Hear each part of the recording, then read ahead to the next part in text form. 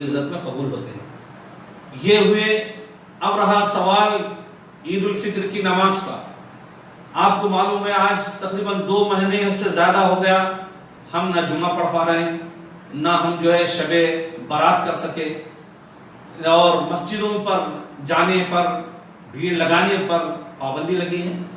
تو ایسی صورت میں ہمارے ہندوستان کے، بلکہ میں سمجھتا ہوں ساری دنیا کے مفتیان اکرام نے فتویٰ بھی دیا ہے، اور مجبوریوں میں اجازت بھی شریعت دیتی ہے کہ یہ ایک مجبوری ہے۔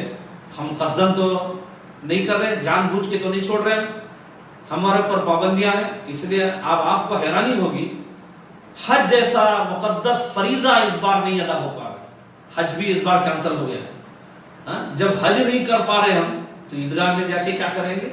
عیدگاہ میں نہ جانے سے کیا ہونے والا ہے؟ اور مسجد میں نہیں جائیں گے تو ہمارا کیا ہوگا؟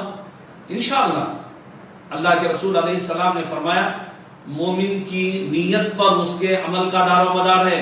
اگر آپ گھر میں نماز عید کے دن چاشت کی 4 رکعت نفل نماز پڑھیے، یا 2 رکعت شکریہ کی کوئی بھی صورت لگا کر شکرانے کی نماز 2 رکعت نفل پڑھیے، سمجھیا، اور نیت کیجئے وے اللہ میری مجبوری ہے، میں عیدگاہ میں نہیں جا رہا ہوں، وہی عبادت میں گھر میں کر رہا ہوں، تو انشاءاللہ آپ کو عید الفطر کی نماز کا اور اس عید الفطر کا ثواب ملے گا۔ یہ ہمارے علماء کا، مفتیان اکرام کا، پیران اکرام کا، ائمہ اکرام کا یہ فیصلہ ہے۔ لہٰذا آپ عیدگاہ بھی نہ جائیں، مسجد بھی نہ جائیں، چونکہ مسجد میں صرف 5 سے 6 آدمی یا 5 آدمی کو نماز پڑھنے کی اجازت ہے، تو 5 آدمی ہی کم سے کم عید کی نماز پڑھ لیں۔ آپ گھر میں پڑھیے، گھر میں آپ کو جماعت، نفل نماز کی جماعت کر سکتے ہیں۔ عید کی نماز لوگ مجھے فون کر کے پوچھ رہے ہیں کہ آپ ہمارے بلڈنگ میں چھت کے اوپر بہت جگہ ہے، عید کی نماز پڑھ سکتے ہیں کیا؟ دیکھیے جو کنڈیشن، جو شرائط جمعہ کے ہیں وہی عید کے بھی ہیں۔ جہاں جمعہ ہو سکتا ہے وہاں عید کی نماز ہو سکتی ہے، جہاں جمعہ نہیں ہوتا عید کی نماز نہیں ہوگی۔ تو جمعہ جب آپ کی بلڈنگ پہ نہیں ہوتا تو عید کی نماز کیسے ہو جائے گی؟ لہٰذا آپ نہ جمعہ قائم کر سکتے ہیں، نہ عید کی نماز گھروں میں پڑھ سکتے ہیں۔ آپ کو صرف نفل نماز پڑھنی ہے، وہ بھی مسجد میں عید کی نماز پڑھ لینے کے بعد۔ جب لوگ مسجد میں عید کی نماز پڑھ لیں اس کے بعد آپ گھر میں چاشت کی نیت سے 4 رکعت نفل پڑھیں، کوئی بھی سورہ لگا کے پڑھیں، یا نہیں تو 2 رکعت شکرانے کی نیت سے نفل نماز پڑھیں، کوئی بھی سورہ لگا کے پڑھیں۔ اور اس کے بعد آپ چونکہ تکبیر عیدگاہ جاتے جاتے بولتے تھے، اب یہاں تکبیر بولنے کا موقع نہیں، تو آپ گھر میں صرف اللہ اکبر 34 مرتبہ 34 مرتبہ پڑھ لیں۔ اس کے بعد رب کی بارگاہ میں گڑ گڑا کر، رو کر، رونا نہیں ہے تو رونے جیسا منہ بنا کر دعا کیجئے۔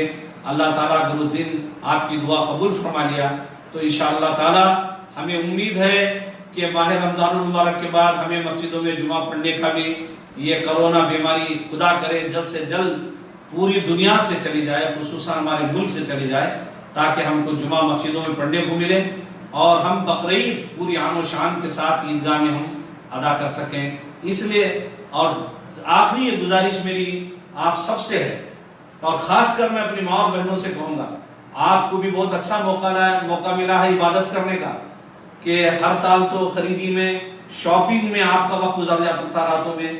یہ راتیں جو 5 رات بچی ہیں آپ کی، ان 5 راتوں کو آپ، میں گزارش کرتا ہوں آپ شاپنگ سے، مارکیٹنگ سے اپنے کو دور رکھیے، گھر میں اپنے بچوں کو، گھر والے، ذمہ دار افراد کو لے کر آپ بھی، سارے گھر کے لوگ رات بھر عبادت کیجئے، ممکن ہو تو تلاوت کیجئے، ممکن نہیں تو نمازیں پڑھیے، نہیں تو تسبیح لے کے پڑھیے، دعائیں کیجئے اللہ کے لیے، آپ اللہ اس کے رسول کے لیے ہمارے بڑوں کا حکم مانیے، ذمہ داروں کی بات مانیے، مسجد کے ذمہ دار ہوں، چاہے انجمن کے ذمہ دار ہوں، چاہے شہر کے ہمارے سیاسی رہنما ہوں، میونسپل کونسلرز ہوں، یا ہمارے ڈاکٹرز ہوں، یا تحصیلدار ہوں، ڈی سی ہوں، پولیس محکمے کے لوگ ہوں، یا میونسپلٹی کے لوگ ہوں، ان سب کا شکریہ ادا کیجئے۔ یہ لوگ ہماری جان بچانے کے لیے ہم کو ہر طرح سے کیا نام ہے کہ ہدایت کر رہے ہیں، ہمیں نصیحت کر رہے ہیں، ہمیں بچنے کے لیے کہہ رہے ہیں۔ دیکھیے اگر آپ جائیں گے، اگر یہ کرونا مرض آپ کے دکان میں جانے سے کسی ایک کی وجہ سے آپ کو آیا تو آپ کا گھر بیمار ہو جائے گا، آپ کے گھر میں سارے لوگ اس بیماری سے، آپ کو معلوم ہے اللہ نہ کرے کسی کو ایسی موت آئے، جو لوگ کرونا سے مر رہے، باپ مر گیا، بیٹا اسے دیکھ نہیں پایا، ہاتھ نہیں لگا سکا،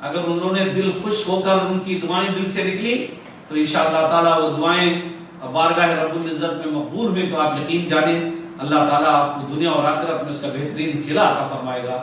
اور آپ یہ بھی جانتے ہیں کہ اس مہینے میں ایک کا 70 ثواب، 1 روپیہ دیں گے 70 روپے کا آپ کو ثواب ملے گا۔ اب زکوٰۃ کی اگر آپ 1000 روپے دیجئے تو آپ کو کتنا ثواب ہے، آپ ذرا سوچیے۔ اس لیے میں آپ سے گزارش کرتا ہوں کہ ان باتوں پر توجہ دیں، اور میرے سمجھانے میں، اس بولنے میں مجھ سے کہیں غلطی ہو گئی ہے، بھول چک ہوئی ہے، تو میں اس سچے دل سے میں بھی توبہ کرتا ہوں، اور آپ سن رہے ہیں تو آپ بھی توبہ کیجئے۔ اللہ تعالیٰ ہماری غلطیوں کو، ہمارے گناہوں کو اس ماہ رمضان کے مقدس مہینے کے صدقے میں آنے والی شب قدر کے وسیلے سے اور نبی پاک علیہ الصلوۃ والتسلیم کے صدقے اللہ تعالیٰ ہم سب کے گناہوں کو، ہماری غلطیوں کو معاف فرمائے، اور آنے والی زندگی کو گناہوں سے بچا کر نیکیوں میں گزارنے کی مجھے بھی آپ سب کو توفیق عطا فرمائے۔ اللہ تعالیٰ اس پر مجھے اور آپ سب کو سچے دل سے عمل کرنے کا جذبہ عطا فرمائے۔ انشاءاللہ تعالیٰ آپ ان باتوں پہ عمل کیجئے۔ اللہ نے چاہا تو میں عید الفطر سے پہلے پھر آپ سب کو عید الفطر کے تعلق سے اور زکوٰۃ کے تعلق سے چند باتیں آپ کو اور پہنچانے کی کوشش کروں گا۔ اللہ رب العزت اسے قبول فرمائے، دنیا اور آخرت میں ہم سب کو اس کا اجر عطا فرمائے۔ وما علینا الا البلاغ۔